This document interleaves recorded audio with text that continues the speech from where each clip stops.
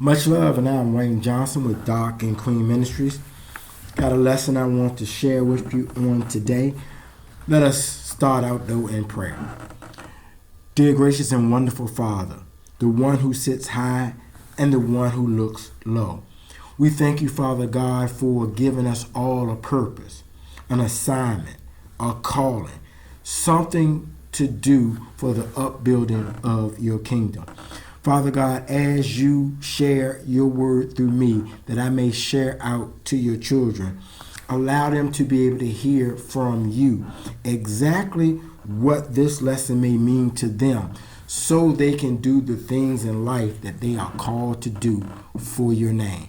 I thank you, Father God, and in Jesus' name I pray. Amen. So, today I'm going to be sharing from Acts chapter 9, verses 10 through 14. Well, it's going to actually start with start with verse 10 of chapter 9, and I'm going to take you through some verses from 10 down to the end of that particular chapter. But I just want to share, I did a live last week, and one of the lives was marriage is a calling. And what I want to share with you today is, if you remember, Saul was persecuting the believers, the Christians. And I'm going to share with you how God changed a man who was persecuting the Christians to a man who become a preacher of the teachings of God. We're going to start out at Acts chapter 9, verse 10, and it reads, In Damascus there was a disciple named Ananias. The Lord called to him in a vision. Ananias, yes, Lord, he answered. The Lord told him, Go to the house of Judas on the straight street and ask for a man from Tarsus named Saul, for he is praying.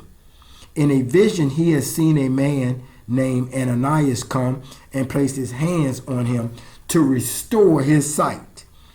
Lord, Ananias answered, I have heard many reports about this man and all the harm he has done to your saints in Jerusalem.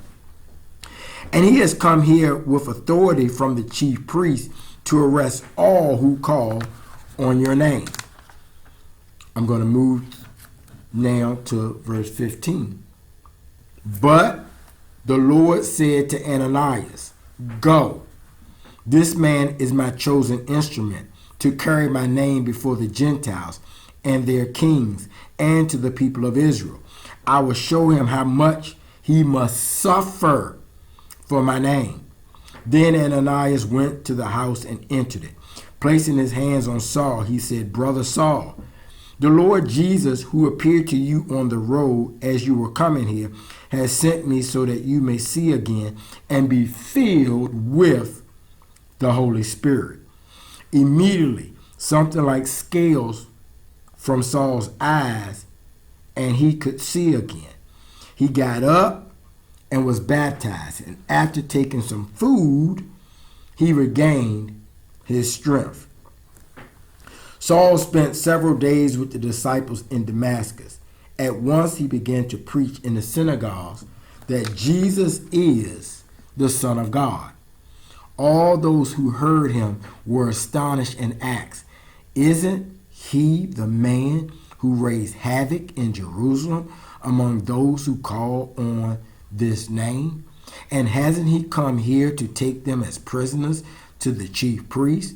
Yet Saul grew more and more powerful and baffled the Jews living in Damascus by proving that Jesus is the Christ.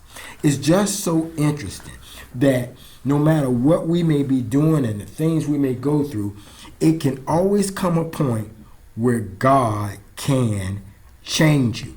He can take you from being a persecutor to a preacher to his people. See, Saul was after all believers, and they had gotten word how brutal he had become.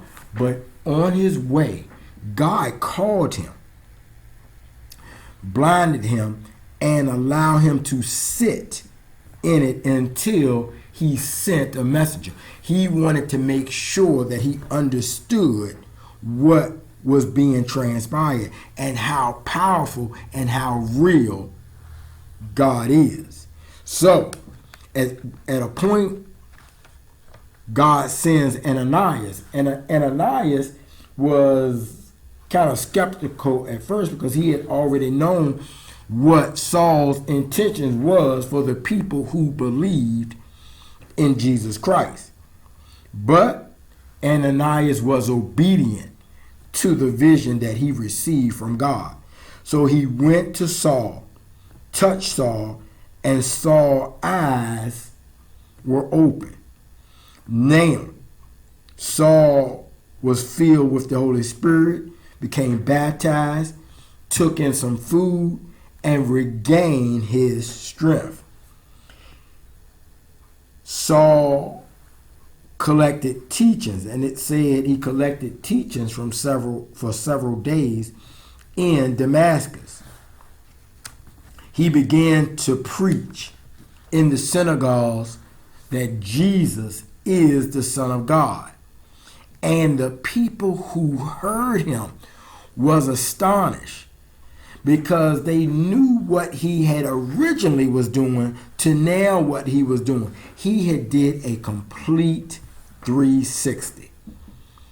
Now, Saul grew more and more powerful, which people couldn't understand because we as people tend to remember the bad over the good. However, Saul was called by Jesus.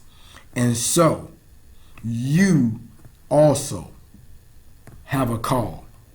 And it's important for us to allow Jesus to talk to us. Let God minister us what our calling is and for us to put it in place. When we do, we will become more and more powerful.